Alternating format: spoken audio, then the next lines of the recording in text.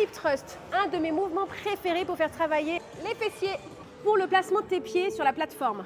Si tu mets tes pieds trop loin, tu vas plus recruter les ischios. Si tu les mets trop près de toi, tu vas recruter plutôt les quadris. Donc fais en sorte de trouver la position idéale pour former un angle droit. Et là, tu vas pouvoir bien recruter tes fessiers.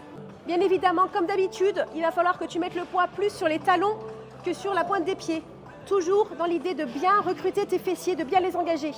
Chose à ne pas faire, je vois souvent les filles ici, à complètement casser leur dos, tu vas te faire mal. Ce que je veux que tu fasses, c'est que quand tu es ici, que tu te prépares, tu vas rentrer ton ventre et verrouiller ton bassin comme ceci. Tu vas inspirer, gonfler, et cette position, tu la tiens. Et quand tu descends, ton buste, il suit le mouvement et tu remontes. Je ne veux pas que tu relâches la tête en arrière et que tu fasses ce mouvement. Ok ? Là, tu ne recrutes pas du tout les fessiers et tu vas te faire mal au final. Donc je récapitule. Tout en haut du corps est bien verrouillé. Tu rentres ton ventre, tes lombaires sont verrouillés, tu descends et tu pousses.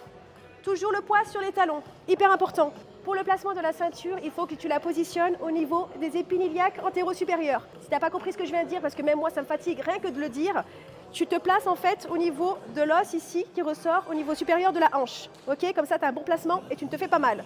Ensuite, tu soulèves ton bassin, tu déverrouilles et là tout de suite, tu vois, je suis gainée. Mon dos est protégé, verrouillé, je suis pas relâchée ici.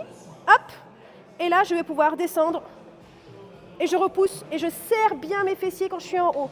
Le haut de mon corps, il suit. Donc je suis vraiment gainée, tu vois, aussi bien sur le bas du corps que sur le haut du corps. Et là, ton mouvement, il est bien exécuté. Si tu es débutante, je te conseille de commencer par 4 séries de 10. Moi, pendant que je l'ai fait, je te laisse t'abonner à mon compte et tu me dis en commentaire quelles autres vidéos tu aimerais que je t'explique pour les prochaines. Ciao!